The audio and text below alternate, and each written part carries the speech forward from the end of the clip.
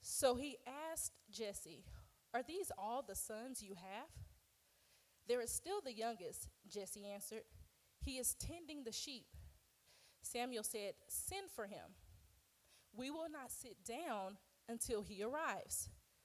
So he sent for him and had him brought in. He was glowing with health and had a fine appearance and handsome features. Then the Lord said, "Rise and anoint him. This is the one." So Samuel took the horn of oil and anointed him in the presence of his brothers. And from that day on, the Spirit of the Lord came powerfully upon David. Samuel then went to Ramah. You may be seated in the presence of the Lord. One of the things that I realize is I work with some of the most impatient people on a daily basis. I work with pregnant women.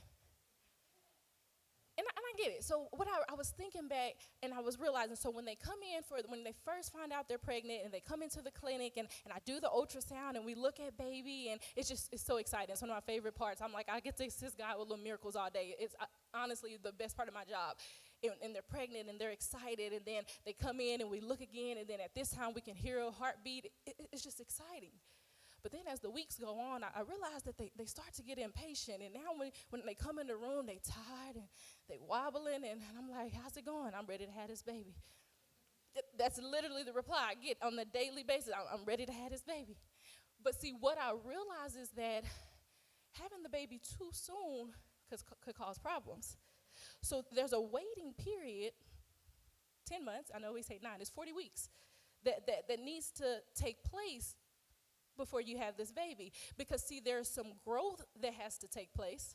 There's some development that has to take place. There's some very key important things that need to take place before this baby comes.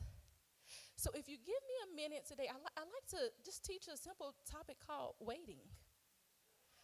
See, where we are in this text, I'm going to give you a little backstory. Y'all know I love my Israelite people and, you know. All right, so right now, we're anointing David. So at this current time, there's a king by the name of King Saul. He's king over the Israelites. And he has kind of started doing his own thing. So God has pretty much rejected him and took his spirit away from him. Now, you got to note this, that he rejected him as king and he took his spirit, but Saul is still operating as king. Okay, so make that mental note. Okay, so the prophet Samuel, he is mourning and he's grieving. He's really sad about the fact that God has rejected Saul as king, and he's having a hard time with it. And so God, he comes to the prophet Samuel and he tells him, he says, "All right, I know you're sad, but you done had your time to grieve. I need you to move on." He says, I have somebody else in mind that I need you to anoint as king. He says, I want you to go over to Bethlehem, and I want you to go to this man by the name of Jesse because he has 8 boys. And he says, one of his boys, I'm going to anoint as king. But then Samuel, the prophet, he gets a little nervous. He says, but what if Saul finds out? What is he going to do to me? Saul was shady, y'all. Like, he deserved to be rejected. Just say that. Okay. So he says, what if Saul finds out? And so what happens, God says, don't worry about that. You go to Jesse, and I want you to look at the boys, and I'm going to tell you the one to anoint. So now we come over to the text to where we are. And so when the prophet Samuel, he gets to Jesse, he tells him, he says, I need to see your boys. So as the oldest son is coming forth, the prophet Samuel, he sees him. He was like, oh, surely this is the one. It says that he's handsome and he's fitted and he's real tall. And he says, surely this is the one. But God says, no, because see, I had to pause here because I realized that, culture, the world, we like to, we think that something should look a certain way. We think that you should look like a pastor. We think that you should look a certain way to be a believer. But God said, no, that's not him. He says, I don't look at the outward appearance. He says, I'm looking at the heart. No, it's not him. Bring the next boy up. So it says that he goes through 6 more of his sons, and he says, it's none of them. It's not this one. It's not this one. So now here we are in verse 11, and he says, so Jesse, is this all of them? Is this all the boys? And Jesse says, well, I got my youngest boy, David, but he just out there tending to my flock. You want him? And Samuel says, yes, I can't sit down until you bring him in. So when he brings him in, it says that God said, this is the one. He tells him, he says, this is the one. he tells him to pour the oil. And then it says that when he pours the oil, he says the Spirit of the Lord came powerfully upon David. And then it says that Samuel goes on. So I'm like, okay, that's good. Let me see what's about to happen next. So I'm reading, trying to see, he probably about to go make Saul real mad, take his position. But then I'm reading in the chapter, and then I flip a couple more chapters, and then, all right, I'm still reading some more chapters, and then I realize, okay, I'm about 10, 15 years down the road, and David still ain't king. So I'm trying to figure, okay, what's going on? But then I started thinking, I said, okay, it was a waiting period. There was a way, there's some stuff that happened in between. But then I thought about our lives. I'm like, okay, I thought about myself personally. I thought about some friends and family connected to me, and I had to reflect, and I said that majority of our life we spend waiting to graduate, waiting to take that trip with your friends, waiting for that husband or that wife, waiting to heal from that divorce, waiting to get off work. We're waiting. But here's where we go wrong. We underestimate the wait. See, when I looked up that word wait, the definition, it said it's to stay where one is, to delay action, to stop, to waste time, hold back, to sit tight. But I said if majority of our life is spent waiting, clearly God's definition of waiting can't line up with what the world is saying waiting means to do. So then I'm looking at here, and I see that there's David, and I see he's about 15 years old. He's a young boy when he comes and he's anointed as king. But then it's about 10 or 15 years later before he actually is operating in this role. And then as I'm reading the story, there comes a point where, so when God rejected Saul as king, he took his spirit from him, but he also put an evil spirit on him. And so he placed his spirit with David. So Saul, he gets frustrated because this evil spirit, it comes and it just torments him, and he can't even function. So he tells his man, he says, I need somebody, I need a musician. I need somebody who can play and has the spirit of the Lord, because I need them to get the spirit off of me. And so one of the men, they said, well, Jesse, his youngest boy, David, he's real talented and skillful, and he can play. He said, and the spirit of the Lord is with him. So Saul, he sends for David. He says, bring him to me. And so it says that every time in the palace when he was there, and the evil spirit would come and it would start to torment him, it says that David will begin to play and it would go away. Now I'm sitting here thinking like, okay, God, not only am I not operating in the promises and the purpose that you have called me to, but I'm serving that somebody else is in the role. So I don't know where David's mindset is, but I'm thinking here for myself, like, God, they're able to save $20K in their savings account, but I can't even make it to next week. God, you told me that I was going to heal from this divorce, but I can't. I feel like it's tearing me down. God, I know you said that I was forgiven, but I feel like I can't even forgive myself. See, I see that there's a vision, and I see that there's a purpose, and that there's a promise that you have given me, but I'm looking over here at my reality, God, and it's just not adding up for me. See, I think that there's a waiting season that is taking place, and I'm not quite understanding, God, what it is that's going on right now, God. Yes, I know you said there's a vision, because here's my vision. Here's the promise you've given me, and it looks real good, God, but when I turn this way, God, this is my reality. So I'm trying to figure out, God, what is it that you need me to do? And then I feel that is why we get into this place where we feel like, well, this is not my season. I'm in a dark space. This is not my season. But as I begin to read this, and I'm looking at the text and at God's word, I realize that every season is your season. You say, see, that waiting season really is your preparing season. And you just have to change the way that you look at it. See, we see waiting as a pause in our plans, but see, really it is the plan that God has for us. See, you have to understand that there is a purpose in the wait. There's a purpose in waiting.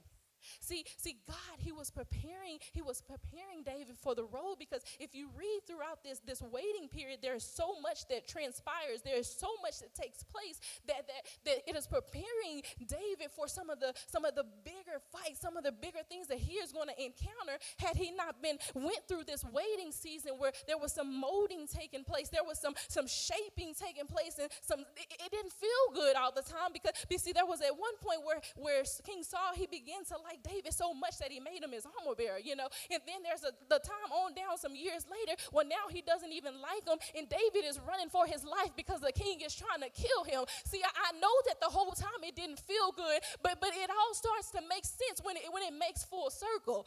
But then I was thinking, I told Family, I said, I don't know if David knew that he was going to be king. You see, we all know the story, so it just makes sense. But when I was reading, and I had to read it in a couple of different versions because I really wanted to know this answer, and I looked in the commentaries, and I started looking at the study Bible, and I said, really, when it says that God, he told Samuel, and he told him to go anoint his head, and he told him to go pour the oil, but you know, they did anointing rituals like that all the time. And I said, so did he know that he was being anointed for king?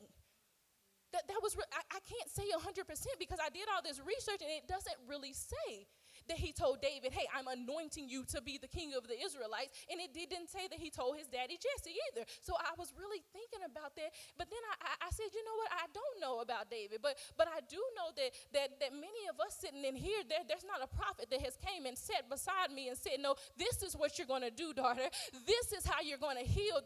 This is where I'm taking you. This is how you're going to recover from that depression. See, there's some things that we don't know. There's some things that we don't understand. And then I started to get a little disappointed, and I started to get frustrated while I was studying, because what I realized is that it's one thing when you know your promise, like I know the baby's coming out, you know, at 9 months, 10 months, the baby's coming out, but it's another thing when I really don't know the end result. I don't know the promise. I don't know the final purpose. And so not only do I not understand this uncertainty in this season of waiting, I don't even know what I'm waiting for. So then I kind of got discouraged, and I said, you know what? I just told Family, I was like, I'm just going to go to sleep. And now I'm mad a little bit because I was rolling in my study, and I'm like, okay, this is good, God. Then I was here, and I'm like, what? Like, how can I give somebody hope? How can I encourage them when I don't even feel encouraged? What do you do, God, when there's, I don't know what this waiting season all entails. I don't know what it's going to look like. I don't know what I'm going to come up against. And not even with that, I don't even know what's the ultimate goal. What do you do? And so I went to bed, and I was just like, man, I'll try again tomorrow, you know. I'll try again tomorrow. So I get up 4 o'clock in the morning to go to the gym, and I'm riding, and Chandler Moore in One House came on, and it said at the right time. It said at the right time he'll show up again. He'll show up again. And he said he'll show up again. He'll show up again. And that's exactly what it is. You may not know what this looks like. You may not know where you're going, but he's going to show up again. But I had to take it a step back even further, and because that word again means that he's already showed up. And so what I had to do was I had to begin to reflect, because what I had to think, when did he first show up? Let's go all the way back. Let's go all the way back. So what I realized is that I probably should have been dead in my grave. Let's just start there. I probably should have been suffering from some consequences in some sinful natures a long time ago and not even be here, but because he showed up at the cross and they stretched him wide, I believe that was the first time that he showed up, and they said he'll show up again. He'll show up again. See, we are saved by grace through faith. We are saved by grace. I want you to think about it. We are saved by grace. So that's his love. There's nothing you've done. There's nothing you can deserve. It's because he loves you and because he's that good. That's the grace. You are saved by grace through faith, which means because you believe, you trust. So because we're all saved here, we've already done that first from faith. But now we're going to that next, from faith to faith. So that's the next level. Okay, now I'm in this waiting season because I'm trying to figure out what is going on. He says, I just need you to trust me a little more, and then you master that. And now I'm at this level of faith. And then he says, okay, there's another waiting season. There's another season of pruning. There's another season of molding and shaping. He says, but just trust me. Stay right here with me. Now you're going from faith to faith to faith. And that is what it means when he says you are going from faith to faith, because there are some things that you have acquired because that you are a part of the kingdom. You have some power. You have some benefits. And don't leave your benefits on the table. Don't leave your money on the table. You have some benefits, some things that you can use to get you through this season of where you are. You may not know what it looks like. You may not know where you're going, but you know that you serve a God that's for you and not against you. You know that you serve a God that makes all things good for you. You know that you serve a God who is good, who is the creator of all things, that nothing is too big for him. So whatever it is that you're up against, you know that your God is bigger. From faith to faith to faith. He says he'll show up again. He'll show up again. See, I believe that when you understand what you possess when you have his presence, then you begin to wait just a little bit different. Your requests are just a little bit. I'm no longer requesting, God, I need to just make it to next week. No, God, I need the funds because I'm building legacy. I need some scholarships I already put away for my kids. See, your prayers just change up just a little bit because you understand that waiting season, he's growing me. He's growing me. And you know how you're able to trust somebody. Think about just your natural relationship with your friends and your husband. You spend time with them. You get to know them, and you see them on a regular. You talk with them. How else can you know someone? How else can you know where God is taking you if you don't talk to him? How can you see this waiting season is that season that he uses to say, I need to grow you. I need to build this relationship here because I need you to trust me because there's some things that I have for you and I need you to trust me. So this waiting season, there is purpose in the wait. There is purpose. I was thinking about the story with Joseph, and y'all probably remember Joseph. He's the one where his brothers was hating and they sold him off. And so, but the favor of God was with him. That was the beautiful thing. And so with Joseph, he was in prison all these years. And there were a cupbearer and a baker that worked for the king, and they offended the king, so the king locked him up, and they just so happened to put him in the jail where Joseph was. And so they had this dream, and they were looking a little troubled, and Joseph was like, well, what's wrong? And they were like, well, I had this dream, but I don't know what it means. So then Joseph, he interprets the dream for them, and he tells them exactly what's going to happen, and that's exactly what happened. But when he tells them, he says, okay, when you get out, he tells the cupbearer, when you get out of here, because the king's going to restore you into your position, he says, don't forget about me. But what we do, we good. He forgot about him. So it says that another total 2 years passed by. And what so happened, the king, he actually has a dream that kind of troubles him. And so then that cupbearer, he remembers, he said, oh, wait, there was a man by the name of Joseph that he's talented, he's gifted right here. He can interpret dreams. So the king says, bring him to me. And so they said that Joseph, he interprets the dream, and then everything happens exactly how he says. So then the king, he makes Joseph, he puts him over all of Egypt. Now, this is important because it's at the right time. So we can look at it like, man, that's messed up. He had to do another 2 years. But at the right time, because he interpreted the dream for the king himself, he was able to get some other benefits. See, he was able to be over all of Egypt. And not only was he able to be blessed, but he was able to save the rest of his family and the rest of his people. See, that's why it is at the right time that you have to be in position. Because, see, most of our life is spent waiting. So if we don't do nothing, we will miss most of them. We miss the mark. We miss if we do nothing, and majority of our life is spent waiting, and we do nothing, you miss life. And then you wonder how you look up and you're 40, and it happens. It really does, because the world has given us this other view of what waiting should look like. But see, I realize that some of our biggest or our greatest victories, they happen during the wait. They happen during the wait. One of David's greatest victories happened when he was still in that waiting season. He had already been anointed to be king, but he was not operating as king at this time. And so everybody knows this beautiful story with David and Goliath and the giant and the sling and the stone. Everybody knows it. And so, but this is one of David's biggest victories, and this is in his season of waiting, because he's not king at this point. And so what happens is he's working for King Saul, but then he's also going back home to help his dad, because his dad is also to tend to the flock. So he's kind of going back and forth between the two. And you a king, but he's serving, he working. So what happens is his dad, he tells him, he says, I need you to go up and check on your brothers, because his brothers are in the army. I need you to go and I need you to check on your brothers, and I need you to take them to lunch. So at this period, what's going on, there's this giant he's just talking big noise. He's one of the Philistines, and they're trying to attack basically the Israelites. So the giant, he's basically calling them out, and they're doing nothing. They're sitting tight, holding back, doing nothing, absolutely, because they're afraid. So David comes, and he's bringing his brothers some lunch, and he asks them, he says, he hears somebody talking, and he's like talking mad noise. So like this giant, he is like degrading not only the Israelites, but the God we serve. So David hears this. Now you got to remember the presence of God is on him. So this is a trigger for him. And so what he does is he asks, he says, who is this cat? Who is this cat disrespecting my God? But his oldest brother, he tells him, he says, why are you worried about it? Go home. Who looking at the sheep? This ain't got nothing to do with you. You're so cocky. And David, he just kind of blows him off. Can I not ask the question? And he turned to the other soldiers and he asked them, who is this cat? Like, who is this disrespecting our God? And y'all standing here doing nothing. See, I love this part right here, because what you have to realize is that David knew that his brother wasn't his giant. See, there are going to be people that come to distract you, but you have to realize that's not your giant. That ex-wife, that ex-husband, that ain't your giant. That ex-pastor, that ex-church, that ain't your giant. See, there are things that come that you're wasting too much energy on, and that's not even your giant.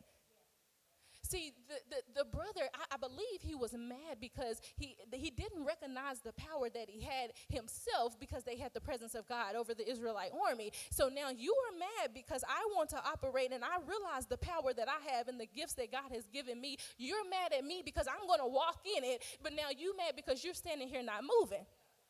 So now but even with all of that, David realized that ain't my giant. He literally turned the shoulder and continued to figure out, because he said, no, I need to figure out what the problem is.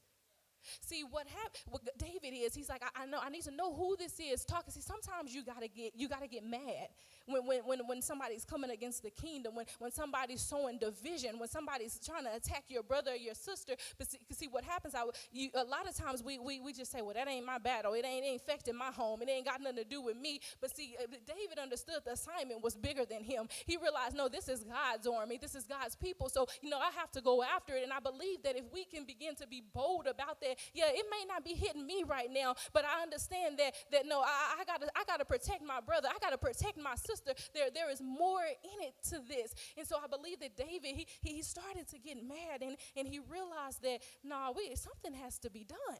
He said something has to be done. So he knew and he understood the power that he had. I believe that he understood because of the presence of God that was on him. He knew that there was a power that he had. And though this giant in front of him looked big, he realized that he didn't have the power of God. So you may have your sword or whatever it else that you were trying to come at me with, but I have the presence of the Lord with me. So he understood the power that he has. And I think that is where we have to be, because as I'm reading this story, I all of a sudden start getting like bold and courageous. And I start thinking about the giants that are in my life, or at least the things I thought were giants in my life, and I got a boldness, and I started to get a confidence about some things, because I was thinking about one of the giants is the building that we're obtaining for the Purpose Project. And we don't know a lot about commercial real estate, and we didn't know the lingo, and we didn't know a lot about the business side of things. And so to me, initially it was like a giant, and it was such a challenge. But then as I'm looking at David, and I realized that the same Spirit of the Lord that is on him is on me. And I realized that there was some power, and there was some things and some resources and some knowledge that I had just because of who I was connected to. So then all of a sudden that giant began to look a little smaller, because it's only two things that can happen. Either you have the Spirit of the Lord with you. We all know that because we're saved. We've been sanctified. The Spirit of the Lord is with me. So I have this giant. I'm not going to just straight up just degrade the giant and say they don't have the Spirit of the Lord, because I don't know what your giant is. So let's look at it this way. So either your giant is covered by God, which means that God is working for you, so he's going to have them working for you, so it's not a giant at all. Or the giant does not have the Spirit of God, and then you know that your God can overcome it. So either you win or you win.